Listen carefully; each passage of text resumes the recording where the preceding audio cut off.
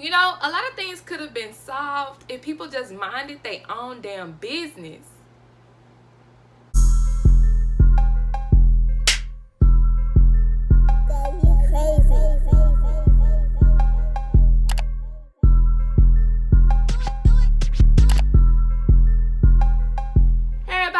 Welcome back to my YouTube channel, #Movie Bae. I am Movie Bae, and on today's episode, we will be discussing the first two, yes, just two episodes to Them, The Covenant. Now let's get into it. If you are new to my channel, hi, welcome. Here on Movie Bae, I do reviews, reactions, and commentary to movies and television, so be sure you drop down and hit that subscribe button for more videos just like this.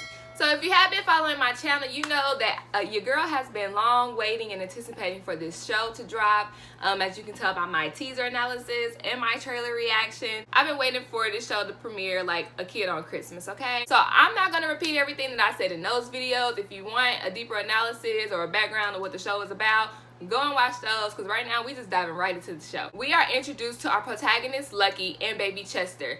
Unbeknownst to me, I didn't really relate the two. Like, she didn't look like the lead to me from the preview, so I just thought it was random. So we see Lucky and baby Chester and their dog Sergeant. Sergeant runs out of the house, and when Lucky chases him, we run into this creepy white lady. She started singing these, I'm thinking they're, I don't know what the correct name for them is, but they're songs about, from my interpretation, when slavery ended, how white people were just devastated because, oh, woe is me. The lady's just being more and more weird, and Lucky was like, okay, you best get going now because my husband gonna be home. And the white lady was like, oh, you mean that man that left with them two little girls? Yeah, we saw them. So my initial thought was like, oh my God, they done killed oh my God. That's why I didn't relate this to them being the main characters, because I thought they did something to the family. Well, baby Chester cries, and the old lady gets all bright-eyed and bushy-tailed, and she says that she wants the baby. What you gonna do with a black baby, Angelina? What you gonna do with a black baby? Lucky runs in the house. Bam, it flashes to present day. Here we meet the Emory family. We have Henry, who is the father, Lucky, who is the wife, Ruby, who is the eldest daughter, and Gracie, who is the youngest daughter. They are on their way from North Carolina to California. Now this takes place in the 50s during the Great Migration, where African American people basically moved from the South to damn near anywhere, just in hopes of a better future for their family and job opportunities. The Emory family is no different. They decided to move to East Compton because the dad has a job offer in engineering. You better go ahead and work. Whilst in the car, we get a glimpse of the family. Baby Gracie is reading this weird book entitled Miss Verna Says. Girl Ruby is reading a magazine that has Mama Marilyn in it, as well as Doris Day. You could just see like how the media at that time for sure was just whitewashed. You know, you don't really see images of people who look like you in the media. That drives the girls to ask, are there going to be black people where we're moving? And we get an insight to, I guess, the conflict. The mom isn't really too keen of the white folks, and the dad is more so open. After we get a brief introduction to the family, we are hit with, bam, some subtitles. And at first I rolled my eyes, I'm not gonna lie. I was like, but then I remembered this is an anthology, so I'm gonna let it slide. I'm gonna let it slide. The subtitles basically just told us what I told you about the Great Migration, and that this story will be taking place over the next 10 days. I was like, damn, that's like a day an episode. Initially, my feels for this show was, it was very cool. Like, it was shot very nice. I like the colors. I love the music, the score. Shout out to the composer. I can't remember what song was playing, but by the time they pulled up to the neighborhood, it was all, oh, I think it was Come On Get Happy, that song. While they're driving through the city, you know, it's all hopeful, but when they pull into the neighborhood, it chops and screws, and it's just like, you know, it slows down and it gets eerie, so it automatically sets you in the mood like, we not happy anymore, some shit about to go down. So great music selection throughout this entire piece, to be honest. I'm gonna just put that out there right now. Whilst talking about cinematography real quick, I did get a few Tarantino vibes, and I only call it Tarantino vibes because I feel like he uses it the most, but it's like that grindhouse feeling where, and this is throughout the first 2 episodes that I saw, where it's like the split screen, the zoom ins, the cuts, like the quick cuts, the fonts, you know, all those things. That's the reason why I call it Tarantino style or grindhouse. But you can see the influence of that style in the cinematography. Jesus, get it together. I like it. At first, I do feel like they kind of got a little. It was literally just like a step above extra. But we'll get into that a little bit later. Then we are introduced to Betty. Detective Betty. I like the main antagonist to this series. She's a white lady, bleached blonde hair, 50 housewife. Like, you just get those vibes. She's on the phone, you know, talking housewife and fixing all her little figurines in her picture perfect house. Everything's neat and tidy and in its place. She sees that the real estate agent has finally sold the house across the street. You can tell that Betty isn't really liked because as soon as she comes out the house, the real estate agent is like, hey. So I thought that was funny, and it sets it up to like, oh, she's just not a racist, that's just her. Her and her little goon squad, I'm gonna call them the goon squad, oh, or the plastics, I think I'm gonna call them the plastics. They go out and just waiting for the new neighbors to pull up because they don't know anything about them except that they have kids. They get out the car and bam, black people. They are stunned, honey. They shooketh is the word. Betty is so distraught, she kind of just tunes everybody out, goes in her house and closes the door, okay, because she don't even know how to react. And I like how when she gets into the house, she sees there is a ripple in her wallpaper, and you can't have that. Symbolism wise, I'm thinking like, this is a lady who's picture perfect. She likes everything perfect in its place.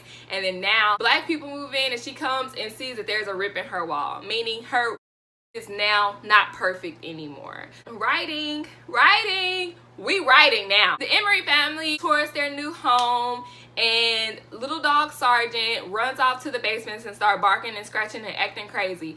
Dogs always know when some shit's going down. If you don't like dogs, you need to get you a dog. Wanna know why? Because they always know when shit ain't right. So he goes to the basement. Gracie Jean goes and chases him, and Sergeant snaps at her. She jumps as if he has never done that before. So do you automatically know it's something going on in his house that is triggering people or animals to act out of character? Meanwhile, Lucky gets a peek of the agreement of sale. And as she reads it, it says, no lot shall be sold, rented, or leased to non-white people. And no black people shall occupy the premises unless a servant employed by white people. That's what it said on the little thing that where you sign your name. And the real estate agent was like, you know, it's no worries. Like, covenants are illegal now. Little red ink and that all goes away. This is your home. I didn't like that because, baby girl, you should have put some white out on that before I signed it, because in my head, I don't know if it's going to come back later, but you basically signed this contract saying you can't live here. You're not supposed to be here. Now, in the trailer, when Henry signs the bill of sale, there appeared to be an entity that floated by him, and you caught wind of that because the score picked up on it to make you tune in to what was behind him. Oh my God. In the show, I don't believe it was an entity because I feel like they would have also added that same score or something to draw you into that. She goes to the window and then she just notices that the whole neighborhood is in the street in front of their house just talking about the new black people that's on the block. Like, how rude can y'all be? So cut to the next scene. Lucky is up in the middle of the night loading her gun. And baby, I am Lucky, okay? I am her. Sis is like, baby, they not about to catch me. They're not about to catch me slipping again. No. Today too. Detective Betty and the Plastics, they decide to set up shop right in front of the Emory house with their little boom boxes and tuned into different radio stations and their lawn chairs and their umbrellas, just camped out right in front of the Emory house playing music and just staring at them. I would never care about nobody that much to camp out in front of their house in hopes of annoying them and driving them off. That's why these little housewives, y'all need to go to work. Y'all need to do something productive because, baby, too much time on your hands, okay? After seeing that, Lucky comes around to support Henry's decision to move their family to East Compton. She decides, no more running, no more hiding.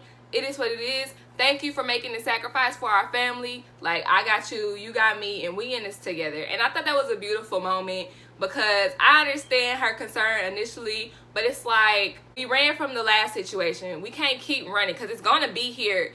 These type of people, they gonna be here. So it's like eventually you're gonna have to stop running and you're gonna have to start fighting back. So then we get a nice little scene with the mother and the daughters. Just a little more background information. She asked Ruby, why are you my Ruby? It's because I shine. And she asked Gracie's, why are you my Grace? Because when I was born and Daddy saw me, he said amen. And I just thought that was so cute. They're so Southern. I love it. It was so cute. Little words of affirmation from mother to daughter. She then told them that we are only going to do this one time and one time only. And I was like, what y'all about to do? They decided to go through the back door, through the backyard to take her kids to the bus stop. They're there and everybody's staring and she was like, can I help y'all? I am lucky. I swear to God, I am lucky. Meanwhile, the father Henry is on his way to his first day at work at the engineering company. He walks in, nice suit, first day at work, you know, there to impress. Little receptionist at the front desk is like, oh, you can go to the kitchen, it's right around the corner. In a suit though, a kitchen worker. He was like, I'm sorry to interrupt you, but I'm looking for such and such and such and such. And then she cut him off again. She was like, go to the kitchen, it's around the corner. Little girl. Excuse me, ma'am. I'm sorry to interrupt you, but I am here for such and such and such and such. I'm the new engineer. And baby, face was drained, honey. Okay, I'm about to be making more money than you, baby, by your life. So the mail carrier, I believe his name is Calvin, he comes and he was like, hey, I think her name was Greta. Hey, Miss Greta, I'll take care of this one for you. And she all like, yes, because I can't deal with him today. You can't deal with him never by your life. Okay, receptionist. Him and the mail carrier chat while he's showing him where he's supposed to be. He states that the white people in Compton are evil and that they have already driven out a man and his wife. Said that they drove them crazy and the wife straight lost her mind. Is this foreshadowing? Is this some foreshadowing? Back at home, you have Gracie reading her Miss Vera Says book. Little Gracie starts singing the song from the beginning that the little weird white lady was singing. And the mom is obviously traumatized by it. And that's when we first start to see the little flashes of red, which I believe are like her internal thoughts, her internal feelings. And honestly, up until then, I forgot this was a thriller. I'm not even gonna lie. Gracie starts, you know, doing weird body movements, and when Gracie get into the song, baby starts thumping and clapping it, and Lucky couldn't take her. So she go up to Gracie, she shake her, she like, who taught you that? It confirms my thoughts in the beginning. Baby Chester is no longer with the family. Instead of being just kidnapped, I presume that they killed Baby Chester because she has a box of his belongings and she goes and puts them in the basement and locks them away. That was really sad. I feel like that was probably the most disturbing thing of this episode because it was like I didn't want anything to happen to Baby Chester, but I knew something happened. And why kill an innocent child? Baby in the plastics, they're having dumbass talks. Midge is the only one who doesn't really care. And I was like, okay, I think I like her. But I feel like she's the character that I'm going to like because she doesn't care because she got her own going on versus not caring because she's just not racist. But whatever. It's a relief that somebody's actually just minding their own damn business. While the women are upstairs plotting, the men are downstairs doing the same thing. I'm not gonna lie, the line about the tax in the driveway, he was like, the women upstairs planning a war and you talk about some damn thumbtacks in the damn driveway. Clark also seems to kind of be like on Midge's level. He's a little more level-headed. He's like, okay, yeah, I don't want them here, but I'm not about to just do the most to get them out. Like, he's a little more considerate. Like, the guys were talking about throwing a rock through the window, and he was like, y'all, they got kids. Like, that could hit and hurt one of their children. Gracie's waking in the middle of the night because she realizes that Sarge isn't sleeping at the foot of her bed. She sees a figure in the dark, and I don't like figures in the dark, bro, because when I'm in the dark, I think I be seeing things that don't really be there, but they probably really be there. This figure is actually there in real life, and it jumps towards Gracie and chokes her. Let's talk about this scene. I think it was very well lit, how they illuminated the hands. It was very eerie. I liked it. The actual monster person didn't like the graphics. When the figure went toward Gracie to choke her and it went black, I kind of wish they would have left it. Cause this is what I'm talking about when they just do a little, they just take it a step above too much. Then they cut back, you see the figure like shaking and choking Gracie, and then they cut back at Gracie, and then the screen does the little does the horizontal close, and then it's over. Like, we didn't need all that. Cool shot, kinda. I feel like it could have been executed better, or something could have been taken out. I'm not really into cinematography, but I just didn't like how it looked.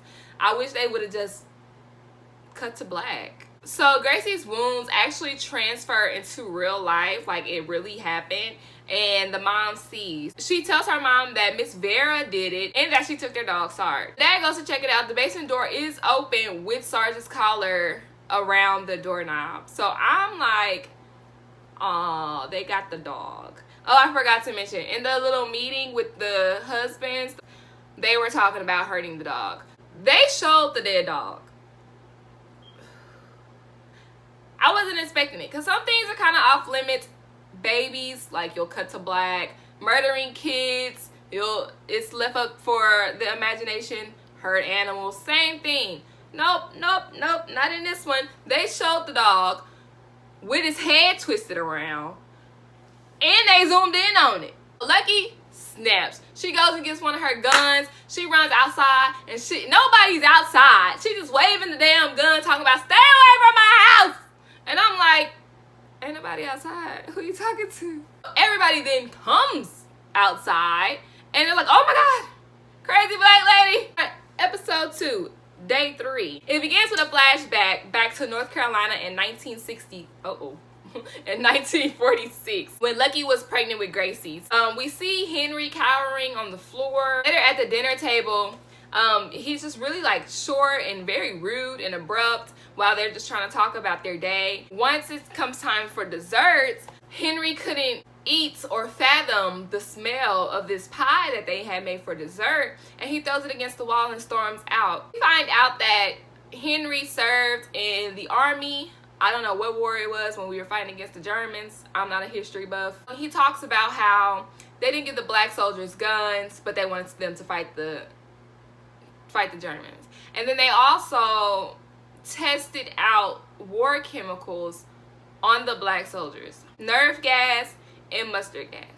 I'm sorry, I'm getting a little emotional. Needless to say, Henry suffers from PTSD, and he said that the mustard gas was a sweet smell, and that's why he couldn't eat the pie, because it just triggered that.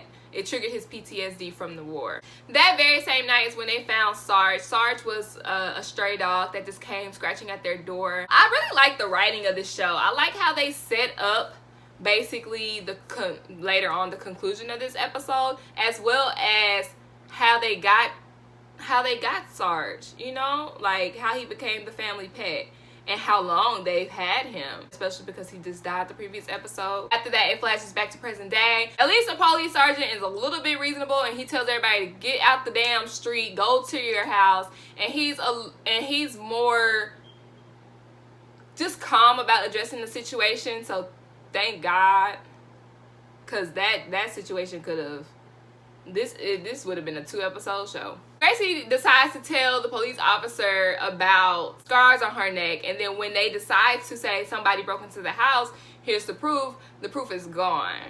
When the police are there, after they search the house, Henry is seen, and I'm gonna just use this term, being a good old boy to the police officers. The police officer leaves. I like Now this is what I like, that they did the split screen of Lucky's face and of Henry's face, of how, you know, he was putting on an act and how hurt she is that you just labeled me as being crazy. And Lucky calls him out.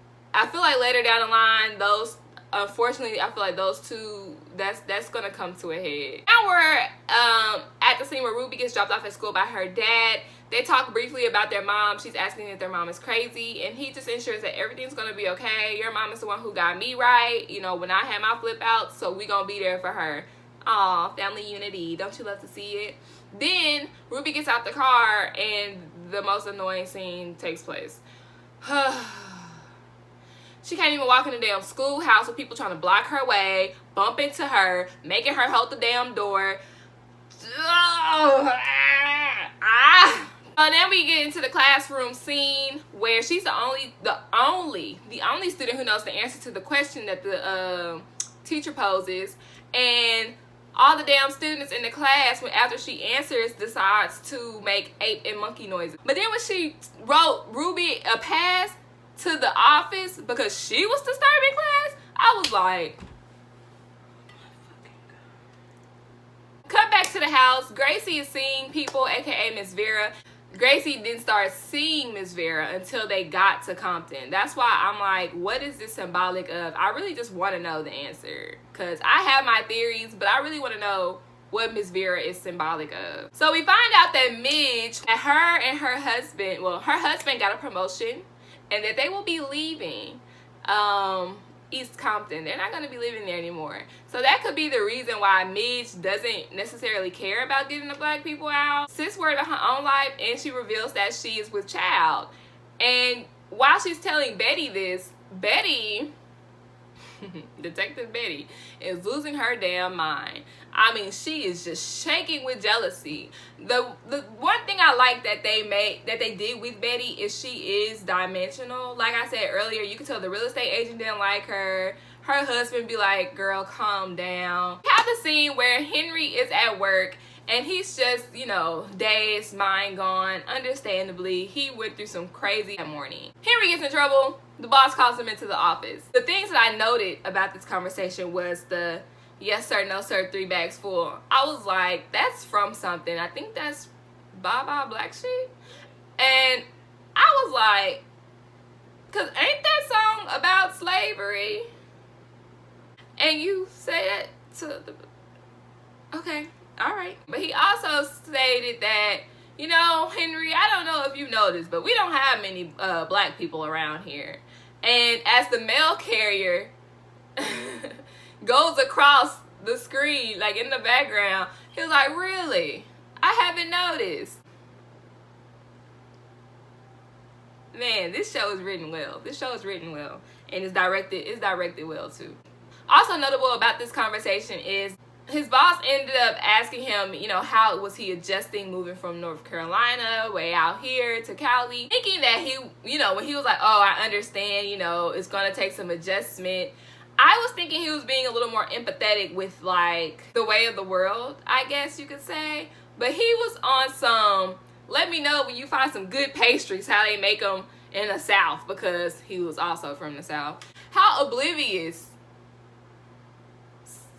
white people are to what is really going on, or to what the possibility of what could be going on is even happening. Like that's wild to me. So when Henry mentions that his dog had died, the boss was like, oh, say no more, because you know white people love their damn dogs, and he just excused everything. After they had that reassuring moment, he flips. You are humanized, and then once again you realize how prejudiced people are.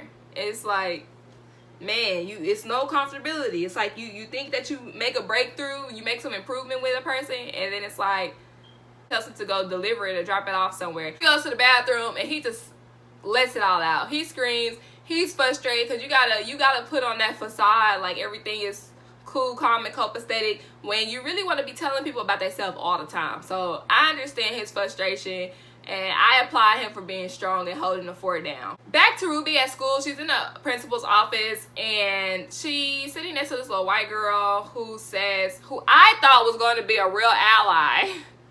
I thought she was going to be a real ally. And she sits there and says, "You have a pretty face for a color girl." At least she tries to make some type of conversation. She introduces herself. Her name is Doris. And I caught a flashback to how Ruby at the very beginning was reading a magazine and it had Marilyn and Doris Day in it. So I was like, okay, I feel like they might be friends later in the season. The mom and Gracie go to the hardware store to find some supplies to fix the broken window that could have possibly led to the murder of their dog, whatever.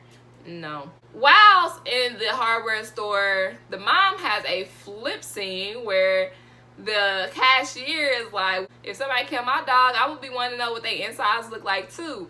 And I'm like, Lucky is losing her damn mind. Lucky is losing her mind. She's gonna snap and hurt somebody. Al Henry is at work taking the file to wherever he was supposed to be taking the file to. He gets bumped by somebody who works there, and it triggers his PTSD. He turns and sees that the guy is wearing a military outfit, and then now the hallway is yellowish oranges, and that's when you see the soldier basically in a testing room with the nerve gas and mustard gas. So it triggers his PTSD. He can't breathe. He falls on the floor. And Betty and Clark decide to take a stand against the black people being in their neighborhood now that Dale and Midge are leaving. And unfortunately, Clark is coerced by his crazy wife to lead. Clark, it's really not in his personality. I don't think he's a leader, and I actually think he's really more just calm and just like, bro, like, I don't want them here, but I'm not gonna like do extra to make them leave. Like, that's like he's normal. He was like, okay, well, I'll, you know, control the guys or get together and make up some plans as long as you go get right with Midge. And she was like, Betty's like, oh yeah, she needed some sugar, I'm gonna go get her some sugar. And she goes and she puts sugar and Midge's husband's new car in his gas tank. She crazy to everybody. Meanwhile, the family dinner at the Emory's house is a little more different. A little. They talk about their day, and Ruby doesn't state how, you know, people was acting crazy at school and she was sent to the principal office for a disturbing class when she was the one being harassed.